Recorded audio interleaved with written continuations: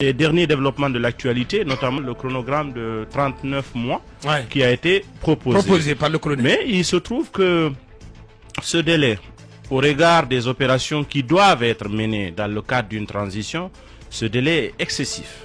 Il est excessif. 39 mois, il est excessif. Il est excessif. Il est excessif dans la mesure où on nous parle de... J'ai vu ce que le ministre de l'administration du territoire a rendu public, une certaine, environ 10 axes autour desquels ces 39 mois se justifieraient.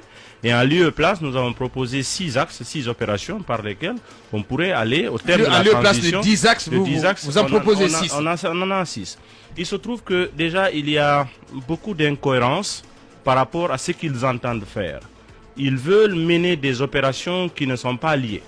Lorsqu'on parle du recensement général de la population et de l'habitat, dont on pourrait se servir pour extraire un fichier électoral, il parle du RAVEC, le recensement à vocation d'état civil, et du fichier électoral. Si vous vous engagez dans la démarche technique, vous vous rendez compte que ce sont 3 opérations qui ne sont pas liées et qui ne sont pas forcément compatibles. Quand vous prenez le RGPH, qu'on appelle recensement général de la population et de l'habitat, son adossement légal d'abord. Son adossement légal est sur la base des lois nationales parce que c'est un pays qui peut décider souverainement de faire une opération statistique pour pouvoir évaluer ce qu'il a comme contenu en termes de population et en termes de parc immobilier, avec les habitants qui existent. Peu importe leur appartenance, à qui ils appartiennent, tous les bâtiments qui sont en Guinée ne sont pas pour les Guinéens. Donc on peut faire une opération statistique simplement pour évaluer. En général, ce sont des enquêtes ciblées. En ce qui concerne le volet population par rapport au RGPH, il se trouve que et les étrangers, et les citoyens en conflit avec la loi, les prisonniers, tous ceux qui ont, quel que soit leur âge, quelle que soit leur catégorie sociale, et quelquefois même dans certains pays, on prend en compte certaines caractéristiques telles que la religion, la race. Par exemple, aux États-Unis, pour ceux qui en savent, où il est régulier de voir un formulaire administratif où on vous demande de cocher, par exemple, votre race, même certaines de vos préférences, alors que c'est un dossier, la religion, etc., etc. Et ces opérations-là, dans certains pays, elles se passent très souvent pour des besoins de redécoupage par rapport au système électoral. Aux États-Unis, par exemple, ça se fait tous les 10 ans pour permettre de procéder à un redécoupage pour les élus au niveau de la Chambre des représentants. Les élus à la proportionnelle, parce que chaque État doit envoyer proportionnellement à sa population, tandis que le nombre de sénateurs est fixe.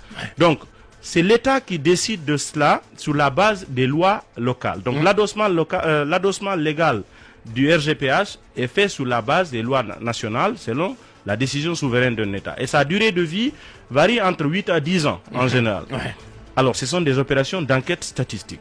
Alors, quand vous prenez le RAVEC, le recensement à vocation d'état civil, que le Mali a fait, que d'autres pays ont fait. D'ailleurs, le RAVEC fait partie des causes qui ont amené les problèmes à Ibeka.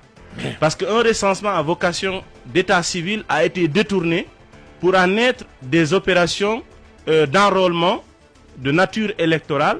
Et il s'est trouvé que dans les fiefs de l'opposition, rien qu'à Bamako, il y a eu plus d'1 500 000 électeurs qui ont été omis, alors que l'objectif de l'opération, c'était de renforcer la qualité de l'état civil pour permettre à tous les citoyens de disposer d'une identité unique.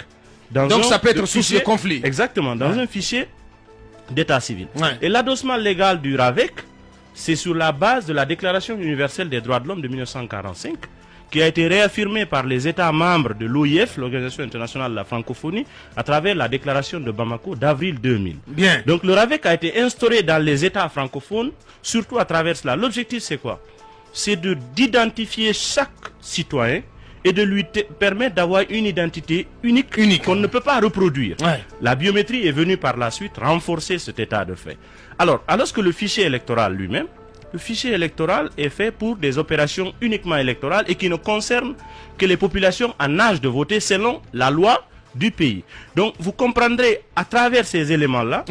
Et l'autre différence aussi, c'est le fait que ces opérations ne sont pas menées par les mêmes institutions. En Guinée, j'ai vu qu'on donne au ministère de l'administration du territoire un rôle qui ne peut pas être le sien. Par exemple, le RAVEC, le ministère de l'administration du territoire, puisque c'est le ministère tutelle des collectivités locales, peut y travailler. Mais par contre, le RGPH est une opération qui est dédiée au ministère du Plan, effectivement, ou bien des instituts nationaux des études statistiques dans tous les pays du monde. Ça a toujours été comme ça, par le passé. Ce sont des opérations de planification pour le développement. Effectivement. Mais alors on mélange tout, on donne tout à celui qu'on veut et on veut faire croire qu'on veut avancer. Alors on ne peut pas, à travers, et puis le délai, la durée de ces opérations-là. Quand vous prenez le RAVEC, quand vous prenez le RGPH, ce sont des opérations, par exemple le RGPH a une durée de vie limitée. On décide de le faire selon une période donnée par rapport à des objectifs statistiques donnés. Par contre, le fichier électoral, il est permanent. Il peut être révisé selon des mécanismes qui sont prévus par la loi. Le RAVEC aussi est permanent parce qu'un état civil, lorsqu'il est établi, il peut s'améliorer par le fait que il crée des droits et des devoirs.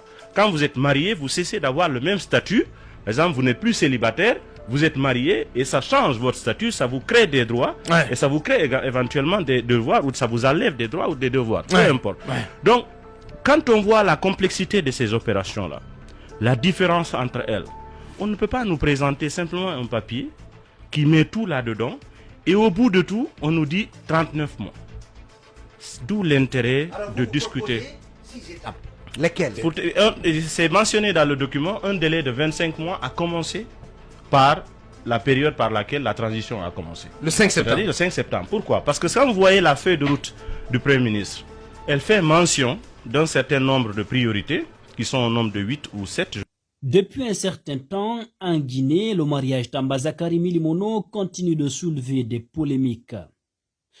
Le journaliste du groupe Adafo Média a épousé samedi 7 mai 2022 mademoiselle Oumouhawa Ba, devenue Esther Milimono, après sa reconversion dans le christianisme. Le mariage a été célébré sans le consentement des parents de la mariée, de confession musulmane.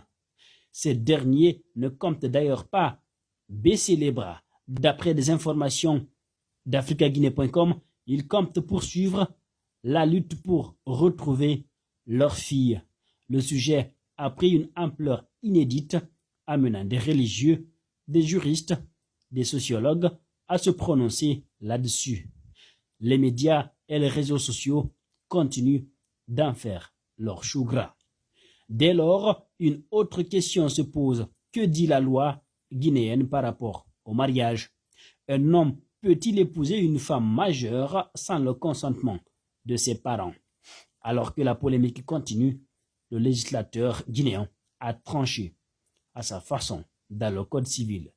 Explication. Dans le chapitre 3 des actes de mariage, l'article 210 dit ceci.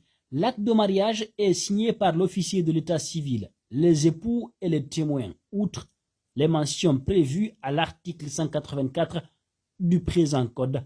L'acte énonce également 1.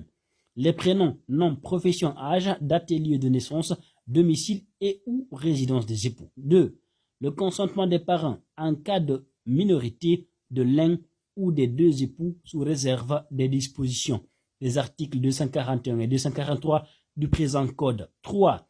La déclaration des contractants de se prendre pour époux et le prononcé de leur union par l'officier de l'état civil.